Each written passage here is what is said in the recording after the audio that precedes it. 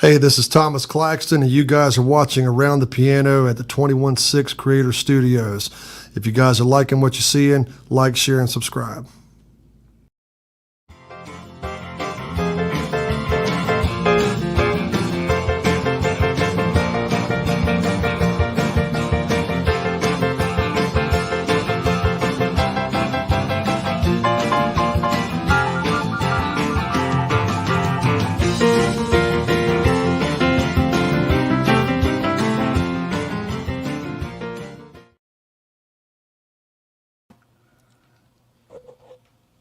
And we're here. Welcome to a special edition of Around the Piano podcast.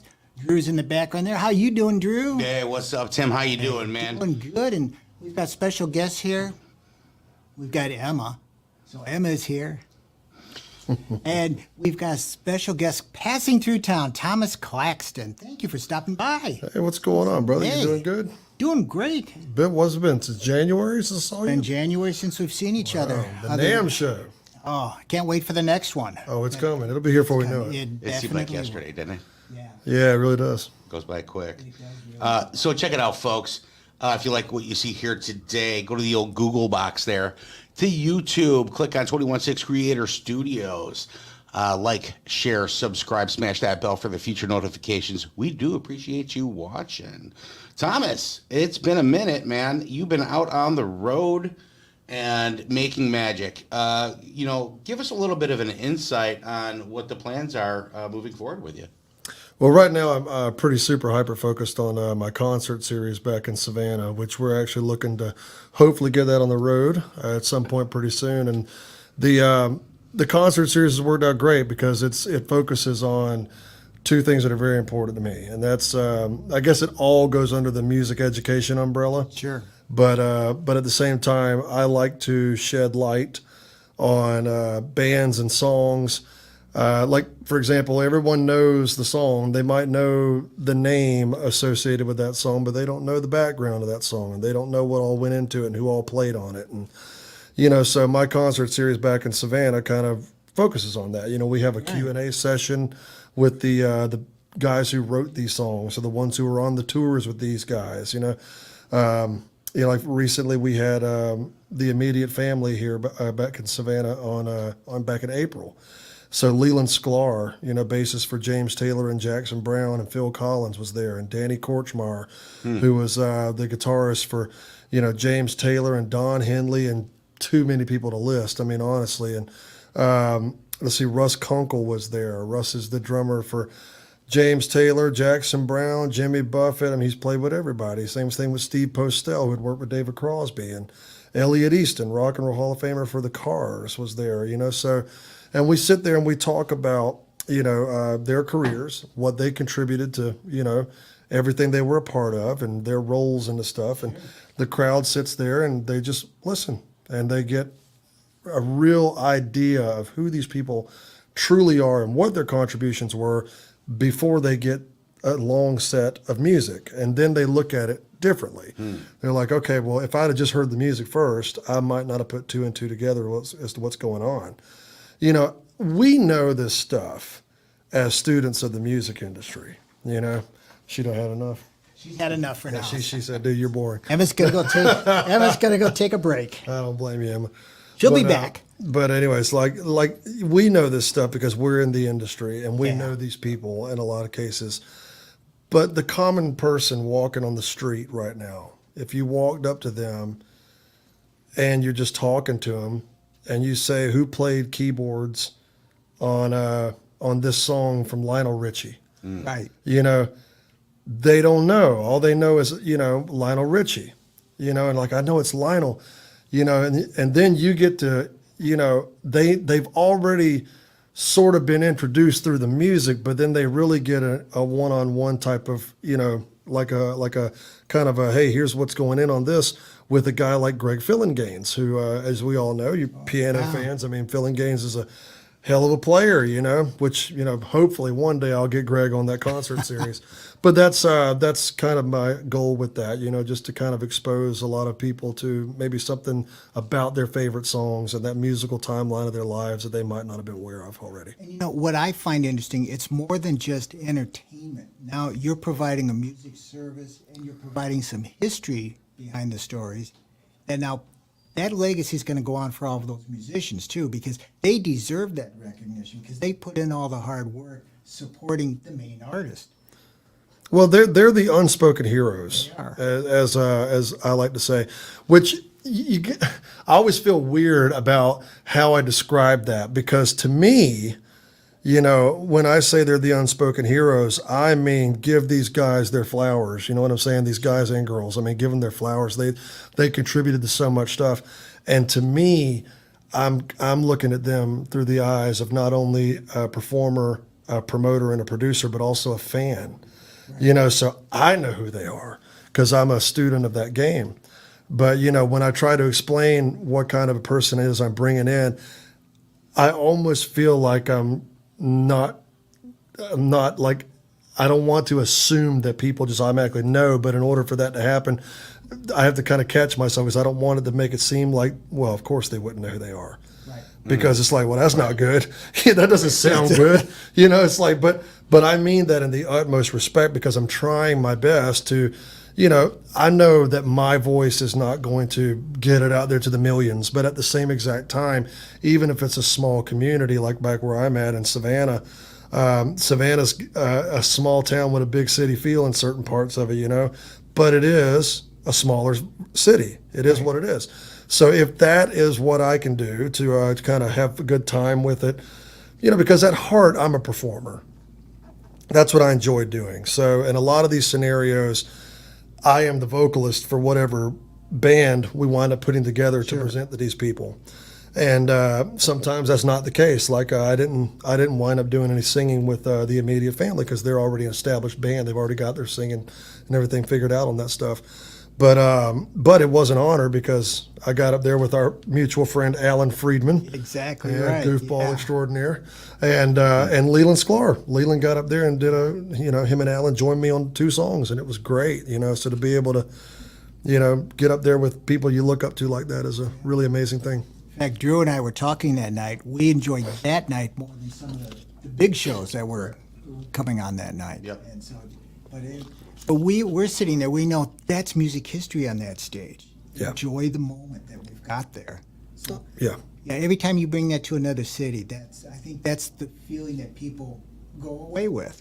Sure. I mean, especially when you get into bigger markets, you don't necessarily have to explain as much stuff in a bigger Right. market, because a lot of the folks there might already know. Sure. When you go to Los Angeles, you don't have to tell people a certain name 2 or 3 times. They know. When you go to New York, you don't have to sit there and say, well, let me tell you who Liberty DeVito is. Everybody in New York knows who Liberty DeVito is. Right. I mean, even some of the younger folks out there, they're like, oh, yeah, from Billy Joel, and you figure it out. The other day I was sitting with a good friend of mine, Eddie Martinez, who you guys have had on here before at NAMM. Awesome guy. Yeah, Eddie's such a freaking sweet human being, and just kind-hearted. He's one of those kind of people. There's a few folks out there that I always say, if you meet them and you got a problem with them, it's automatically your fault. Automatically. I would be like, wait a minute, what? You don't like Eddie? Yeah, how is that possible? Yeah, why, don't be an asshole, dude. Right. Why do you think I'm an asshole? Because I know there's no way Eddie was, so it's Right. got to be you. But like instantly, that's where my mind goes. But Eddie and I were talking, and we were discussing. We were sitting there at this Thai place there in Portland, Oregon, just not even 2 or 3 days ago, and we were talking about how a lot of the younger generations, they might not know the name of that artist. They might not know the name specifically of that song, but they know the song. Right. Like this one girl, I looked at her right in front of Eddie, and I said, excuse me, let me ask you a question. We're doing a little test here.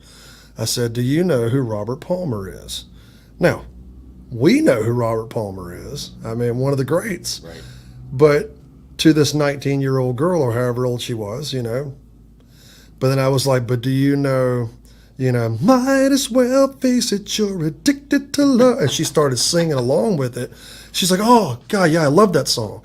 And then she was like, didn't he do that song, Simply Irresistible? I was like, yes. See, There you go, they the know stuff connection. like that, I was in a record store in Savannah not too long ago, and my buddy Mark Vackwer runs this record store there in town.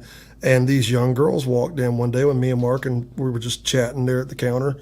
And these young girls walked in, and they go back to the back to look at the vinyl and everything. They're flipping through the records, and one of the girls pulls this one out, and she's looking at her friend, and these are college kids, and she's like, oh my God, I found this album the other day, and it's such a great one.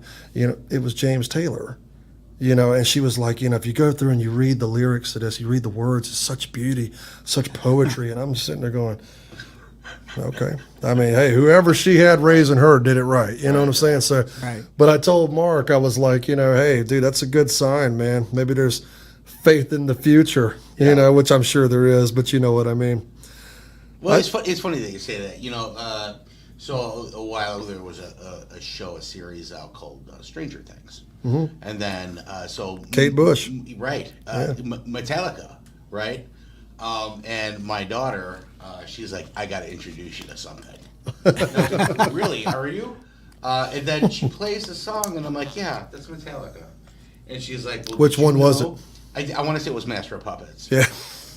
And I'm like, really? It's like one of the most famous songs. Of course. And then, and then all of a sudden they start following it, and then they're going to tell me, all about Metallica. And I'm like, okay. That's cool, though. Let them discover it. What I love, though, is they're circling back to good music.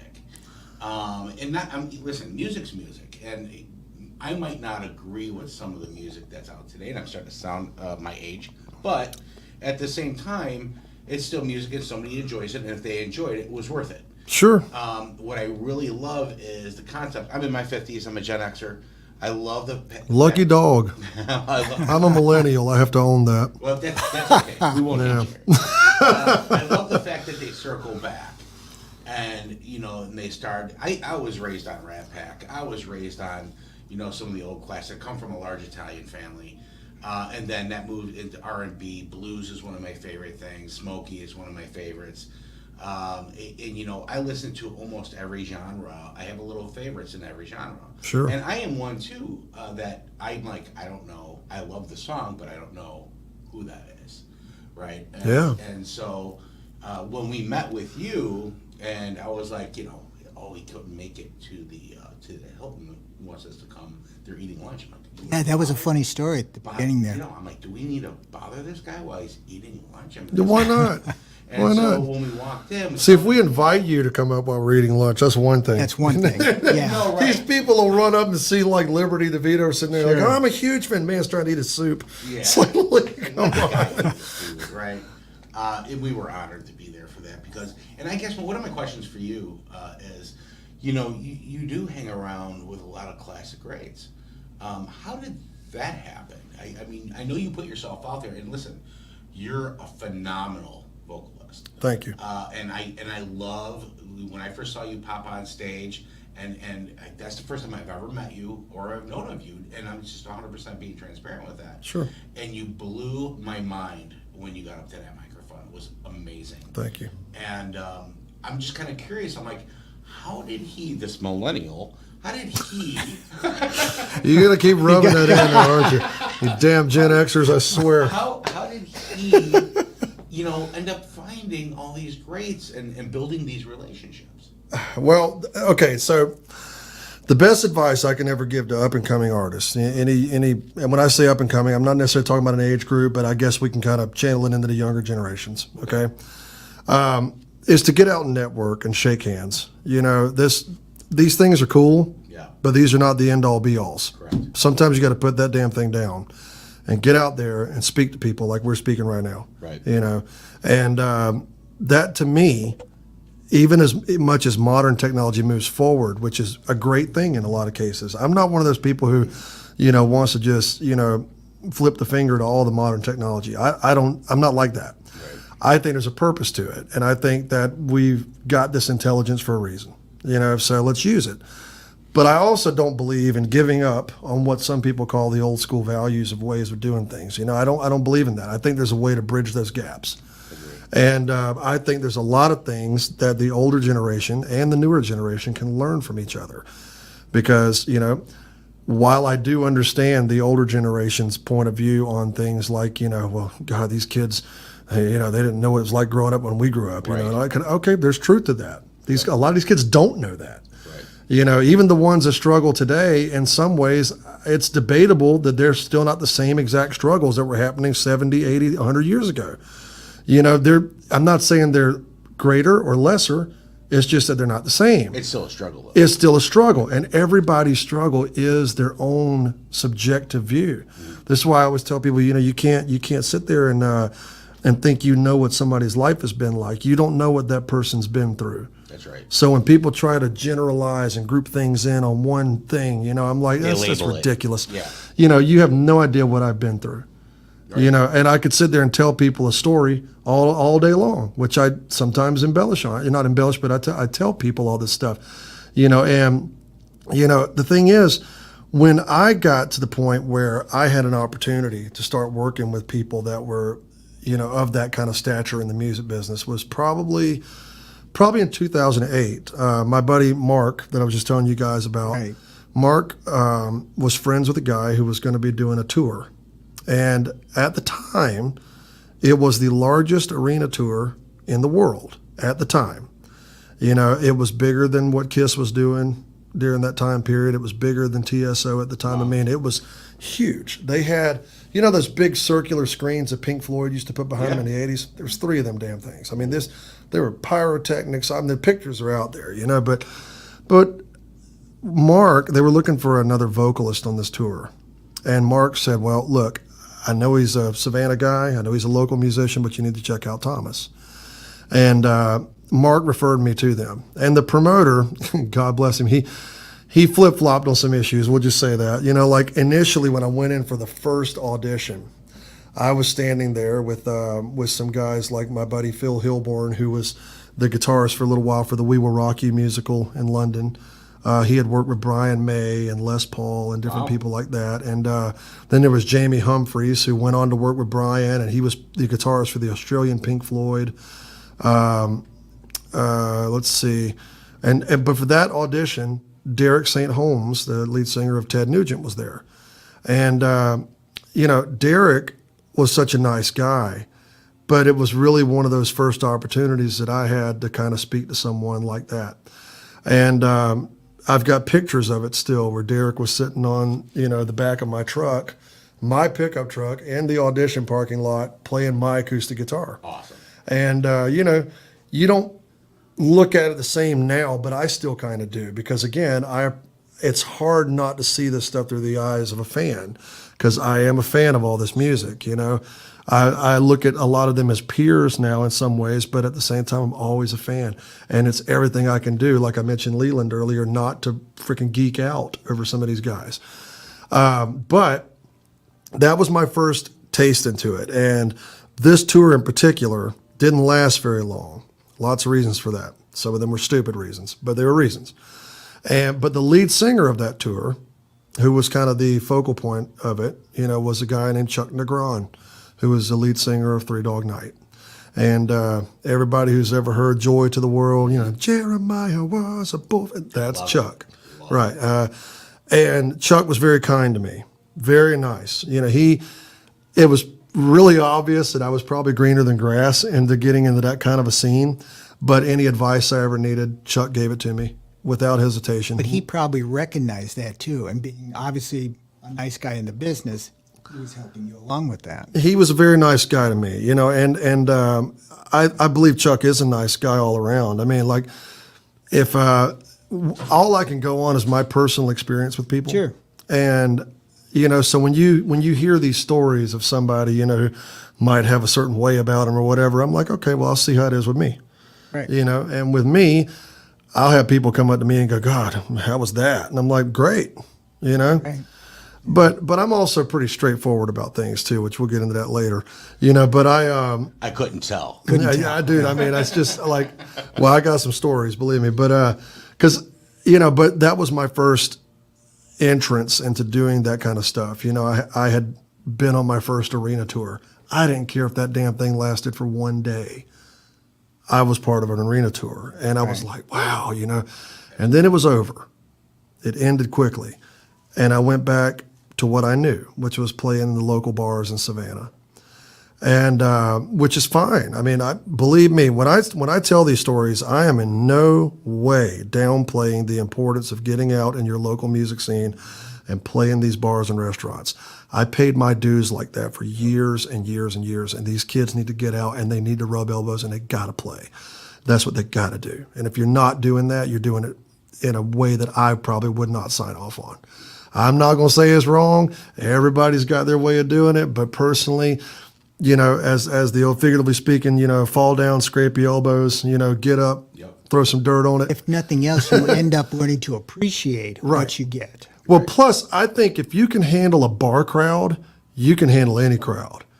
Like arena crowds, no matter how many big crowds I've been in front of since then, they never affected me like going into a small place and there's 30 people sitting in there just staring at you the entire time. And then they'll start running their mouths. And part of you, like as a performer, I came from a classical music background. I was a classically trained vocalist. So when I was used to concerts as a student, I was used to, you walk in, you shut up, and you sit there and you listen to the music. And then when I started playing in the bars, that was the complete opposite. Everybody's in there running their mouths, which is great. I mean, that's what comes along with that. Right. And it teaches you a level of patience, and it teaches you how to deal with people that are not exactly 100% themselves right then. Maybe they've had one too many Jägermeisters. Of course, yeah. Who knows? But it teaches you all sorts of things when you come up playing in bars, which I still make time for that.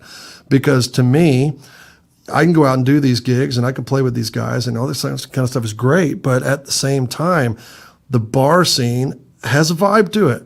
Yeah. And I never know what's going to happen. I mean, sometimes it still gets rowdy. Who knows? But that was a way to test new material too. It is. It is. I mean, and sometimes for better, for worse, but yeah. But that was my first entrance into it. And then in 2014, this was like 6 years after that arena tour, that first tour there. I was sitting at the house one day and I keep numbers on my phone. And I was scrolling through the phone and I came across this one name that I had a guy I met back in 2008 on that tour. And it's a good friend of mine to this day named Randy Fuchs. Not to be confused with Andy Fuchs, who owns Fuchs Audio in New York. But Randy Fuchs owns a company called Artist Relations that is now based out of Nashville. And I called this number randomly. And I said, Randy, I said, you probably don't remember who this is. And he goes, actually, let me tell you what I remember about Thomas Claxton. And I was like, oh, Lord, this guy hates my guts. I was like, where the hell is this going? And he went into this whole thing, just the most empowering kind of conversation, like, why are you not doing this? You have got to be in this sort of thing. Thomas, I want you to go to the next NAMM show. And I was like, okay, which I had heard of NAMM. I knew what NAMM was, but I had never been to a NAMM show at that point. And Randy said, I have this thing called the Endorse Expo. And now it's called the Gear Preview, I think. It's either one or the other. I don't remember which one it's called now, but I think it's now called the Gear Preview. And he said, I want you to be my guest at that because it's an invite-only event. If you can make it to the NAMM show, we'll just see about getting yourself a badge and all that kind of stuff. And so I went, and the first NAMM show, I had no clue what I was doing. None. As one does the first time they go to a NAMM show. That is and keep in mind that we're talking pre-pandemic by a good handful of years. Right. And it was working different back then. It was, dude, it was like pushing 100,000 people, if not higher at that point. And it was like, and I walked around that show floor, not really meeting anybody, just kind of soaking it all in the first year, like, wow, okay, this is great. Ooh, that's loud. I was in the drum room at that point, just like cymbals. Okay, enough. But I love you, drummers, but That's everybody's first NAMM show. right. Yeah. And that's what I tell anyone now. They're like, God, how did you do it the first year? I said, I didn't. Drew went to bed at 6 o'clock every night that first year. Yeah, I was yeah, like an old man. Yeah. I was like, I don't know how these people do it. Yeah, it's wild. It's wild. And, but year number 2 rolled around, and I made it a point, I was going to go back to this thing every time. And I always kept in touch with some of the people that I had done bigger things with prior to that. And whenever I would put stuff out there, I would, put it out like, okay, well, here's the resume kind of thing, if I was ever going out for certain things. And you know how musicians do it, so-and-so, and in parentheses, these are the people they work with, that sort of thing. Mm-hmm. But I've always got a thing, like I'm very particular about how I word things, because I think so many people today are just BSing people, like all the time. It's like, I worked with this person. Yeah, not really. You were the opener of the opener of the opener of a night that they just happened to be. That's not the same thing as working with You them. saw them across the street. Right. Yeah. Well, I mean, maybe more than that, but at the same time, I'm particular about it. Each to their own, but I'm particular about it. Like, if I worked with someone, that means I was on stage with that person working with them while they were playing. If I opened for someone, I say I opened for someone. I don't exaggerate things like that. So I would say that to these up and coming artists, anything you get, just slowly build on it. Everything's valuable. Like if you get an opportunity and it's something substantial, hold on to that. When you get another one, you say, okay, well, I've done this. And if you get that other one, now you can say, okay, now I've done these 2 things, and then a third one, and you build it all the way up that ladder, and it just turns into that sort of thing where you can go out there and you can really network properly in these types of environments. You're building your profile. Yeah. Honestly. Yeah. And without all the undertone of people thinking you're full of shit. right, So pretty that's- much. Because that's at some point you have got to back up what you're saying. Correct. People hear this stuff right here all the time, and they can be like, oh, wow, look at the stuff they say they're doing. But at the same time, at some point, somebody's going to look at you and go, prove it. That's right. And then if you can't prove it, now you're kind of screwed. You're done. Doesn't matter how many contacts you've made at that point. Right. I mean, talking is good and everything. But see, over the years, my career has been very grassroots, which, people don't think is possible in the modern age of things, not without, you did it without all this? Yeah, I did it without all that. I've got my social media stuff and all that, but every major person that I had ever worked with, I went out and I shook hands. I mean, that's what it's all about, hey, nice to meet you. And then I would work with this person and then get a reference from that person to work with this person. And, Sure. that to me was the most impactful thing. I mean, when I met Scott Page, who was the sax player for Pink Floyd, Toto, Supertramp, I mean, lots of people, Randy Fuchs introduced me to him. And Scott and I hit it off like immediately. And we've been great friends ever since. And then Scott, through him, I met Tony Franklin, the fretless monster, who was the founding bassist for The Firm.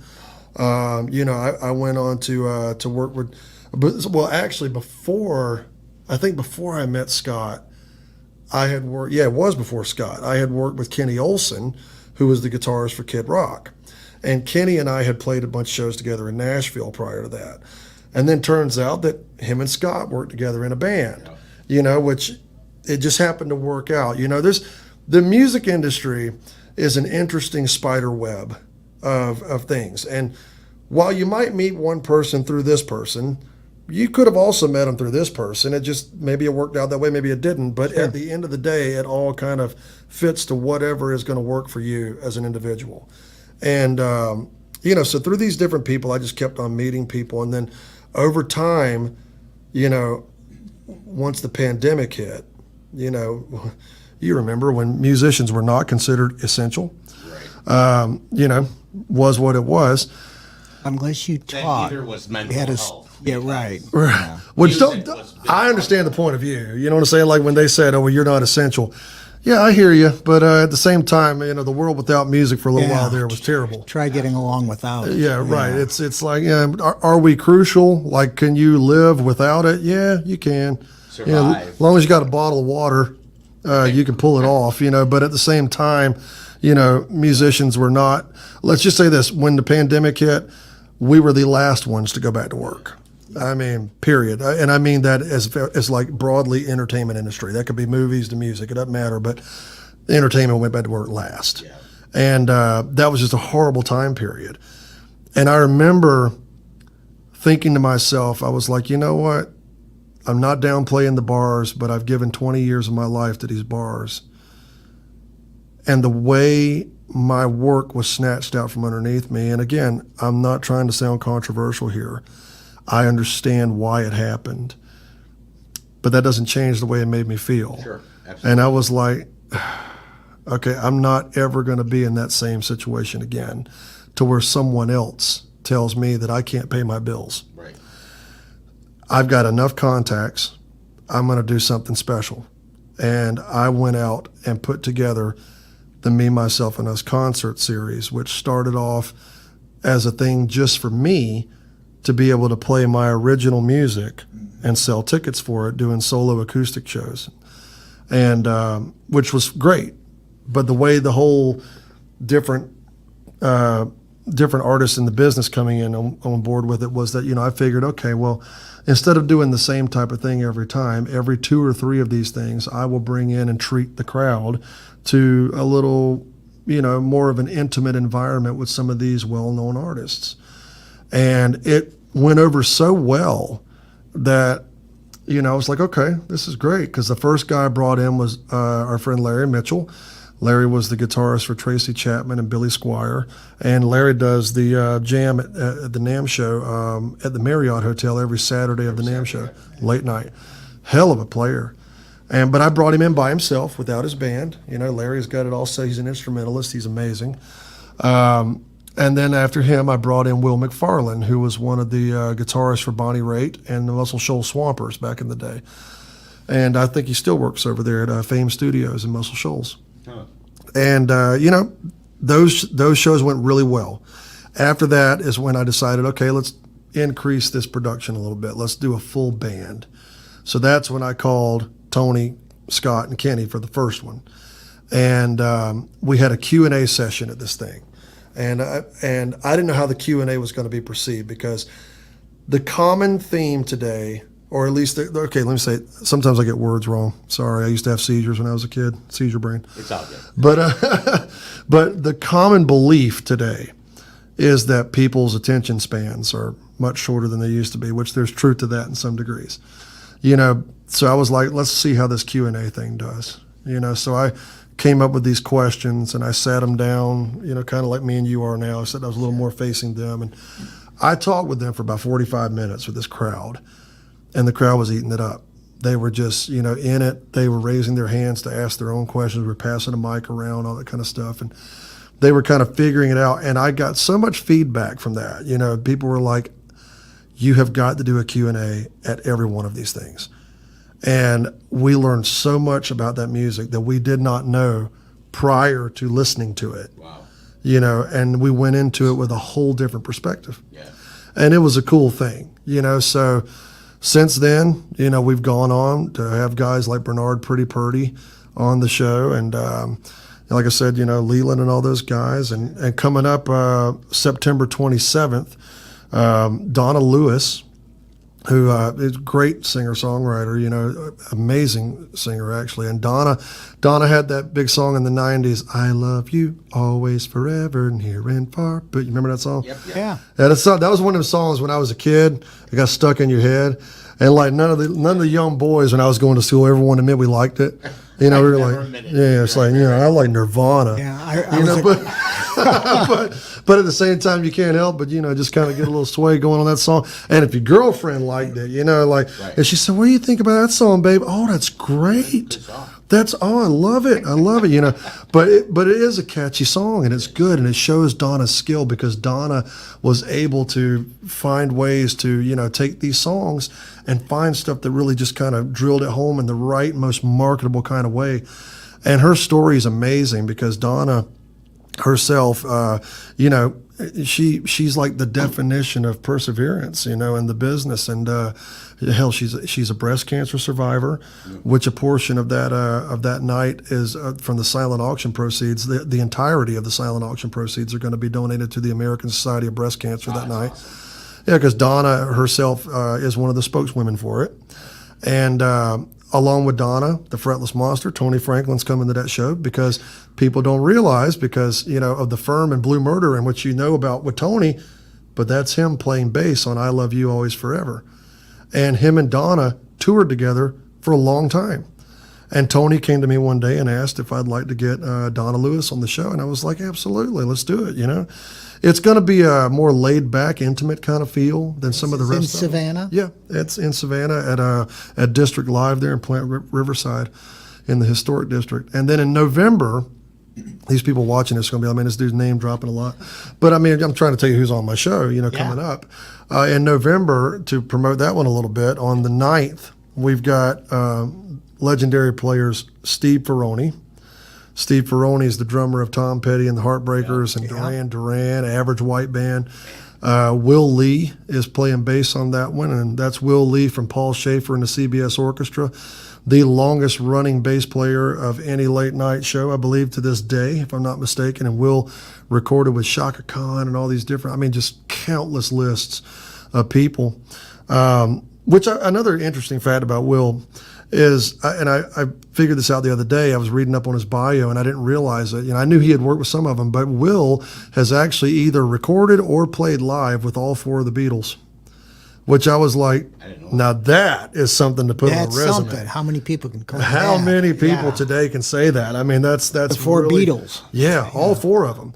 You know, and but anyways, and we've got Eddie Martinez coming back, Steve Winwood, Robert Palmer, guitarist, and Jeff Babco, who is the keyboard player for Jimmy Kimmel Live for the past 20 plus years, and he also toured with Steely Dan and Toto. I spoke with my buddy Bill Holloman yesterday. Bill Holloman is the sax player for Nile Rodgers and Chic for many years. I think he just got done recording with Springsteen. He's going to be playing horns on that. My buddy back home in Savannah, who's part of my Savannah band called The Myth, Craig Johansson is going to be playing guitar and adding vocals on that. Sammy Michelson, who's one of the singers for Funk Rock Pioneers Mother's Finest, if you know anything about funk rock at all. Sammy Michelson's going to be one of the singers. And 2 of my good friends who are currently enrolled at some local colleges there, named Ashlyn Rusgrove and Elizabeth Jones, are going to be adding some backing vocals to this. So, you know, because one of the things I wanted to do, because I've got a great partnership with the Gretsch School of Music there in Savannah, and that's the Gretches, you know, Fred and Dinah. You know, they've done a lot to really support me on this concert series event. So what I do is the special guests that come in, we set up a time for them to go and speak at the school to these students, and which I think that's an awesome thing, because that sort of opportunity did not exist when I was that age. Like, you know, so, and I heard these 2 girls in particular sing at some concerts they did, and I was like, okay, these girls have got it. You know, they got some pipes behind them, you know, and they're just belting these notes out. And it sounded so good. You know, that's part of the legacy you're building for yourself, is that you're creating these opportunities for the next generation coming up. You're introducing them to getting to be able to network with these people that you've created relationships. Relationship building.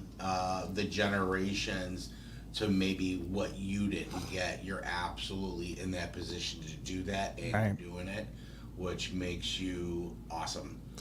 Outside of just you being a talented person, being a good person, it's nice to be important, but it's more important to be nice, right? And well, thanks. And I think that you're doing that work. You're doing the Lord's work in that fashion. So, a quick question for you. So, I saw a pic on Facebook with you and Carmen not too long ago. Mr. Rojas? Yeah, man. Is he coming back into the band? Or? Oh, yeah. Carmine's done a couple of the concert series events, and hell of a player, man. Carmine's awesome. Just awesome. See, this is what I love about a lot of these guys, because let me tell you what, I don't personally care, like, what all you've done if you're a jerk. Right. I don't care. That's wonderful. Bravo. Here's a trophy. Don't care. Because I'm not going to work with toxic people, period. Yeah. Now, don't get me wrong. I'm not an idiot. If someone who's got a toxic reputation comes around and, it's a good thing for business, okay, fine. Right. But at the same time, it's not what I prefer to do. And Carmine is a great example of one of the kind of people that you just always get along with. It's impossible. These are the guys who, you say doing the Lord's work. I mean, they are the ones doing the work to really restore people's faith in what good human beings are. And I mean, he's such a nice guy. They always say, you don't want to meet your heroes. When these situations, I can't think of any of these guys that I've met that worked with these people and wrote these songs and had these huge hits that I've worked with so far that was not extremely kind to me. And there's some of them that have wound up becoming not only people in a business sense, but they've also wound up becoming friends. And Carmine Rojas is a great example of that. I mean, just if there's a good definition for what a wonderful human being should be. We can agree with that. Yeah, I mean, he's a great person. Great person. And, we sat around that table. Jonathan Mover was very Same with Mover. He is an awesome guy. Every one of them are highly intelligent, and they're out to help as many people as they possibly can. That's what we're about here. So that we really gravitated towards that. And like I said, that's why we were humbled and honored to even be there. And just listening to them, they're all so soft-spoken, just classic. They know they're. You can tell by the way they talk. Their intellect is up there, and they're not. Because they've been through it, man. Right. Why pretend now, right? So you definitely built a great network, Thomas, and and I know that you're talking about coming out this way into McHenry County and playing out here. That would be very exciting for us in our town. We just did an interview with Jefferson Starship. Which one? The whole band? Was Mickey Thomas here? David Freiberg, Kathy was with us, and just Kathy and David, I think, were the only two we talked with. Richardson, Kathy Richardson. You notice how I immediately went to the vocalist, though? I'm like, Mickey Thomas? What? Because let me tell you what, Mickey Thomas can still sing his ass off. I saw him on a video not too long back, and I was like, wow. I love it when I see the guys who were putting out the hits, 20, 30 years ago, and they still got it. Like great example was Bryan Adams. I saw Bryan Adams about a year and a half ago in Atlanta. Sounded arguably better than he did in the 80s. Wow. I was just like, holy crap, Wow. And, I saw, I know they're in the news right now, but I saw Jane's Addiction about 3 weeks ago. Right. And down in Florida, and the whole band knocking it out. Big shout out to my buddy Stephen Perkins. And just watching that band, was just like, man, these dudes are kicking it, man. It's awesome, and I love seeing stuff like that, because when you go to a show that doesn't kind of measure up to what you're used to seeing from that person, right. It's like, oh man, it hurts. It's a letdown. Yeah. It hurts. I mean, sometimes you just feel bad, So it is what it is. I do want to kind of go back there to those students in the school, and because when you said that, I appreciate what you said. I never. It's always weird for me to kind of take that in, because I don't personally look at it like that. Even though I know that what you're saying is true, it's just that I don't think about it like that until someone says it. And then Givers never think about themselves being a giver. They just think about others.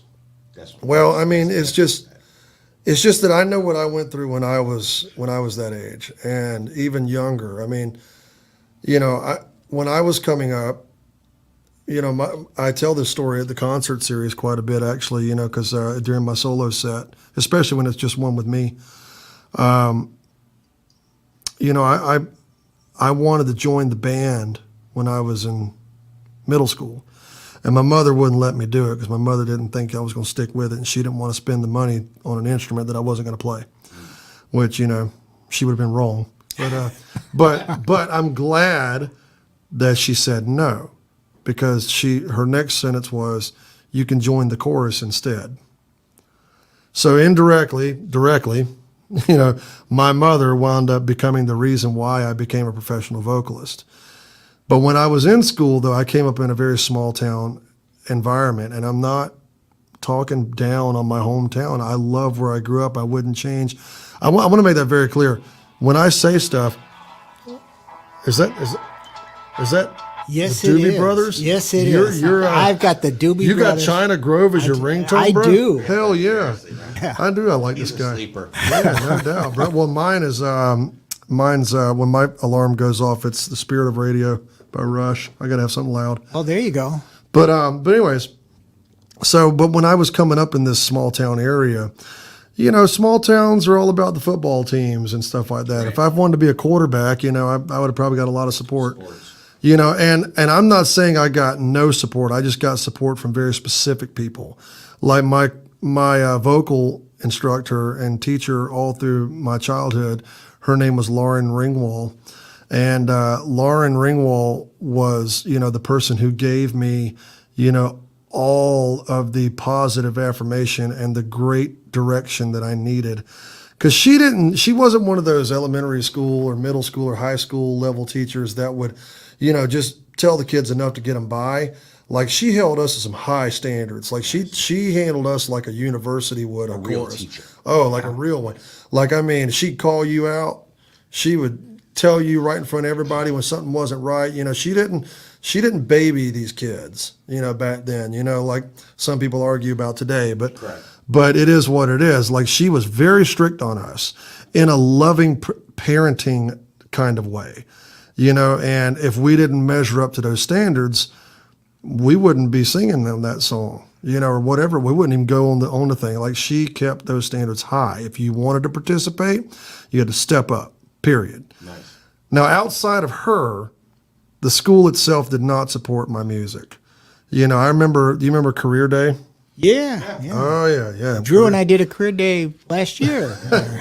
You know, I mean, it was funny because for Career Day, they asked me what I wanted to do, who I wanted to go spend the day with. And I said, I already know. I want to go spend the day with my friend Brad Adams, who taught me how to play guitar, because I'm going to be a musician. And the assistant principal at the time looked at me and said, Thomas, we're talking about legitimate careers here. Like a real job. Like a real job. Right. And I was like, yeah, but that is going to be my real job. You know, I know what I'm going to do. Thomas, a lot of young people believe they're going to be musicians. And, you know, I said, I don't care what the rest of them people believe. I'm going to do this. Not much support. One of the teachers actually went into a conference with my mother and I when I was in high school and told my mother that I was living a pipe dream, you know, that it wasn't going to happen. It wasn't realistic. And I carried that on, and I carried that with me, and not necessarily a bad toxic energy kind of way. Yeah, it just stuck with me. And now that I have a chance to, in whatever way I can, impact someone who is at the age that I once was, not getting much support, I want to do what I can to kind of help out with that sort of thing, you know, because I think that's important. I think music, I know it's the cliche thing to say, but it literally is the universal language. And the best way that you can impact the youth of today's culture, which a lot of people feel like society's going off in whatever direction it's going off in, but a lot of way to structure good things and good teachings for young people today is through music. That's just the way it is. It is the rock. You can reach children and young adults in different areas of their life with music, and they don't even know what you're doing to help them that way. Yeah, I mean, look, I was raised well. You know, I was adopted. My mom and dad did not understand music. They were not musicians. You know, I found out later on, you know, because I met both my biological parents, you know, where that probably came from. But at the same time, my adopted parents were not musically inclined. They didn't. My dad liked bluegrass. He loved the old Southern gospel sings that he loved to go to. Funny enough, I say that, but I also give my mom that credit for the vocalist thing. Sure. But I also give them credit for discovering rock and roll, because my mom used to buy those Time Life cassette tape collections. And when she bought one time, I found one of them that she had left out, and I pop it in this cassette tape player. Kids, these cassette tapes were about that big, and about that one, Right. But anyway, it's a little tape in it. And you can fix them with a pencil. Right, yeah, you can fix them, whatever. but I know the kids know what that is. I'm just kidding. Maybe. Let's test when we get back to the shop. No doubt. Now we're talking. Yeah, now we're talking something different. But I popped this cassette tape into the player, and the first song that comes on, Rosanna, Toto. And I'm sitting there listening to this, and I'm like, wow. I was like, that was the coolest thing in the world to me, man. I was sitting there listening to this, and I knew enough at the time to know that there was no auto-tuning back when this was recorded. Yes. And I was even more impressed because I came from that classical background. And then you hear Bobby Kimball and Steve Lukather's vocals, and everybody's just kicking in on it, and Porcaro is holding that rhythm down. And I'm like, wow, this is magic. And I'm just listening to this and just getting, if there was ever a good indoctrination, that was it. I was just completely sold after that. And then, once I figured out who the Beatles were, that was the end of it. I was like, I'm done. As far as I'm done figuring it out, I know this is what I want to do. And John Lennon's music hit me in particular, so, and keep in mind, I tell this to all these kids too, because I discovered this stuff years after it first debuted. When I say I'm figuring out who these guys were, I wasn't born when the Beatles came out, and that's right. What I'm trying to tell these kids now. I'm like, don't feel like you're too young. In perspective, correct. I wasn't even around when my favorite songs came out. I was born in the 80s, man. Yeah. Don't get me wrong. Love a lot of the 80s too. But the 60s and 70s, where some of my favorite stuff come out, was well before my time. So when I discovered it, that stuff had already been around 20, 30 plus years. Sure. But that's kind of my point to the kids is I'm like, hey, listen, just because it's a datedly old song doesn't mean that it's not brand new to you. Yeah. Because at some point we all hear our favorite stuff for the first time. Right. Exactly. And I don't care how many other people in the damn neighborhood have already heard it. I'm hearing it right now. That's what I know. And so when I do a deep dive on music like that, I discover something, and I'm sold. So if that whatsoever is something I can kind of point these kids in the direction of is don't be dismissive of some of that old stuff. That's right. But at the same time, it's funny because a lot of these kids will come up to me and they will admit, music back then was just different. And I'm like, yeah, it was. Yeah, you ain't lying, bro. Even from today back to the grunge era in the 90s. Yeah. It was like, I'm not knocking modern music. I'm not, okay? I like some modern music. Yep. But I think, and this is just my opinion, and I'm sure I'll get ripped to shreds on the internet about this at some point by somebody, but I think it's kind of flip-flopped. Back in the day, a lot of the stuff that came out was great. And and you'd hear some of it that wasn't. Nowadays, you hear a lot of it that's not really that great, but there is stuff out there that is. 100%. And you almost got to do a deep dive on it. And when people ask me, do you think rock and roll's dead? I'm like, no, it just went back home. And what I mean by that is rock and roll itself was always the anti-establishment back in when it originated. Yeah. It was the, we don't need to be part of your system. It was a rebel. Right. It was a rebellious type of music, like, I don't need this. Oh, you want me in your club? I don't need to be in your club. Shove it. And that was rock and roll. Elvis was the, he pushed those lines, right? He did, which is fine. I'm a big fan, right. And as a baby boomer who came of age in the 60s and 70s. These guys are to blame for a lot of stuff. We totally are, but we know we made our mark on the world because you'll hear more TV commercials using our songs from our era than any other Well, one. there's a reason why they're on commercials, and when you're walking in a Macy's or something, it's Yeah. playing overhead. Right. You know, I mean, there's reasons for that. This stuff back then still speaks, and a lot of these kids are hearing this stuff. They just don't realize this was what your Taylor or Beyonce or anything like that was to you Exactly. now. This was what it was back then. You know, there was none of that. There was Tina, there was Aretha. There was that kind of stuff happening. You know, there was Ray Charles at one point. There was, you know, Eric Clapton. You know, all this kind of stuff is phenomenal music. But nowadays, I do hear more of them saying that, you know, it just seems like it was different back then, because it was. So, you know, and I think perception's key. You know, so Teddy Swims, Jelly Roll. I mean, come on. Two of the greats. And a little story, and I can't remember which one said it on an interview, but they said, I said I would never get the real job because this is what I was going to do for a living. So I tattooed up my face so no one would hire me.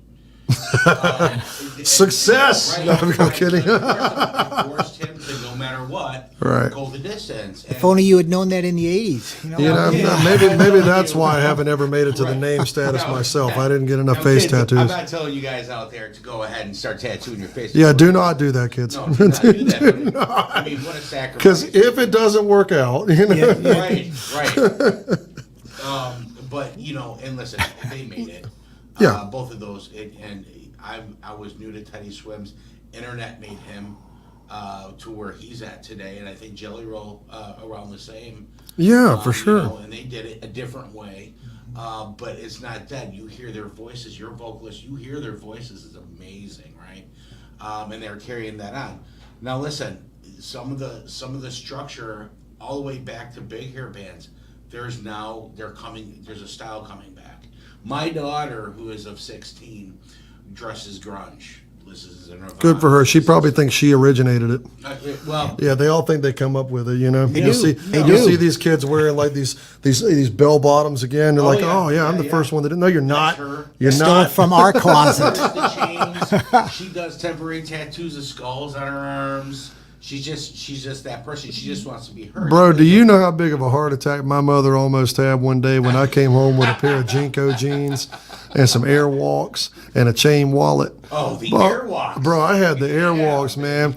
And kids, if you don't know what those Jinko jeans were, which I think they're trying to come back, but each leg of these pants was this wide. Real wide. Yeah, I mean, they were huge, and that was the thing to do. Like, you know, the old term in the '90s was grungy.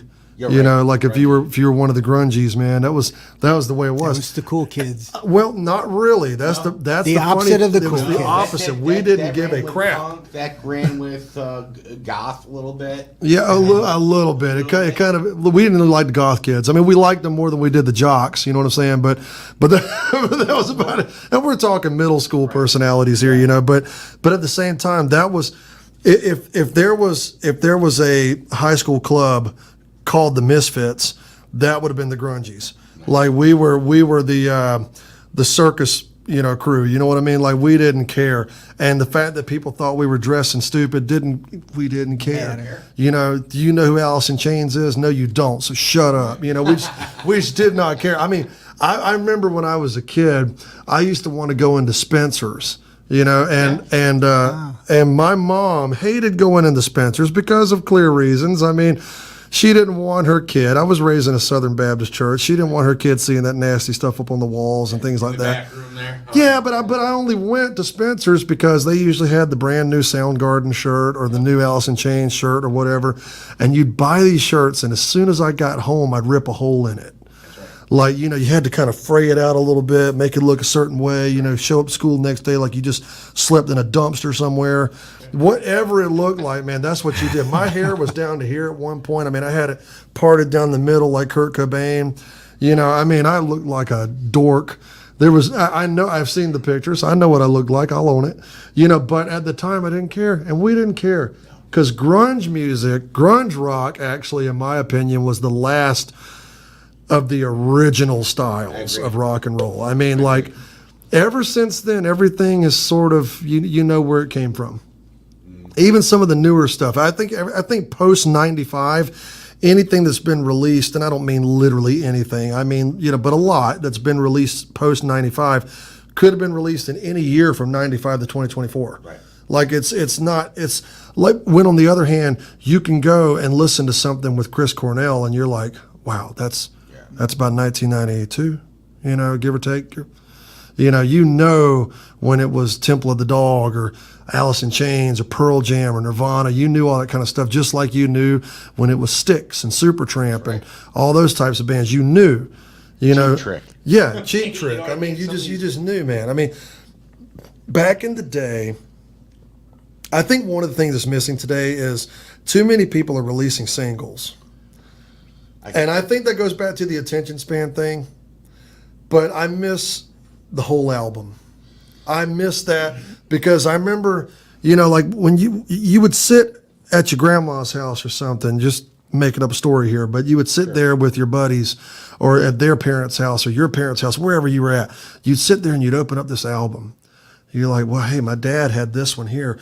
Let's see what this is all about. And you pull it. What's it called? Oh, it's called Dark Side of the Moon. And you'd pull out this thing and you would just sit there and explore it one song at a time, like you were reading chapters of a book. That's right. And by the time it got done, you felt like you were hearing like this entire story. It was just like you just watched the Lord of the Rings in a song, right, or songs or whatever it was. Like it was crazy. It would take you to a different world, especially with Pink Floyd, right? Oh yeah, Pink Floyd, the take you to a Beatles, different world. And then hell, who brought the skunk? You'd sit in somebody's garage, and it was a thing that you would do.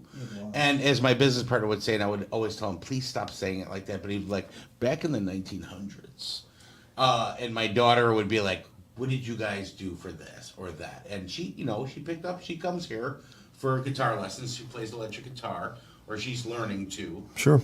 She's an artist. She's 16. She's starting a t-shirt line. She's starting off on rhythm guitar, correct? Yes. Okay, good. Yes. She is indeed. Boy, I always tell Right you next kids, door, man, as a matter of fact. Yeah. That's right. And my youngest is a flautist, and she's Nice. now in jazz band. And I showed her, and I don't know if you caught this at NAMM with Roseway. Nice. These guys are amazing. It's a flute and a drummer, and she also sings. Great. And it's amazing music. And when my daughter heard this, she's like, I gotta be like that, And our last interview with them, I told her that. Right. She lit up like a Christmas tree. That's my awesome. 13-year-old's really. Well, their music, it's different. It's not, Yes. doesn't sound like everybody else. It has a different feel to it. Paris. Yeah. It's a different feel. I love it. I mean, In fact, we interviewed them right after we talked with Yep. you guys. They were Oh. sitting at the back table when we switched over. I like people that they figure out what they want to present and they go after that. Right. There's a matter of fact, I was reading this to someone earlier. Let me see if I can find this because I think the whole quote is a really good one to bring up here. And I posted it on Facebook a while back, so sorry to type on my phone in the middle of an interview. But I think this is such a great quote, and it was from Bowie. Here we go. This is a little sort of long, but not really. The quote was, "Never work for other people at what you do. Always remember that the reason that you initially started working was that there was something inside of yourself that you felt that if you could manifest it in some way, you would understand more about yourself or how to coexist with the rest of society." I think it's terribly dangerous for an artist to fulfill other people's expectations. I think they generally produce their worst work when they do that. And the other thing I would say is that if you feel safe in the area you're working in, you're not working in the right area. Always go a little further into the water than what you feel you're capable of being in. Go a little out of your depth, and when you don't feel that your feet are quite touching the bottom, you're just about in the right place to do something exciting. That's awesome. I was like, that is exactly the way it should be. Yes. And this is why anytime I hear any type of original sounding stuff that's different, even if I don't care for it, I still applaud it. Yeah. Because I'm like, well, good for you. It's like, is it my cup of tea? Maybe not. Right. Maybe so. Who knows? It's somebody's cup of tea. It's somebody's cup of tea, right? I mean, I'm all about, listen, if you're not hurting other people and you're making a good living and you're being unique and you're being, I don't like to put labels on anything. No. You be you.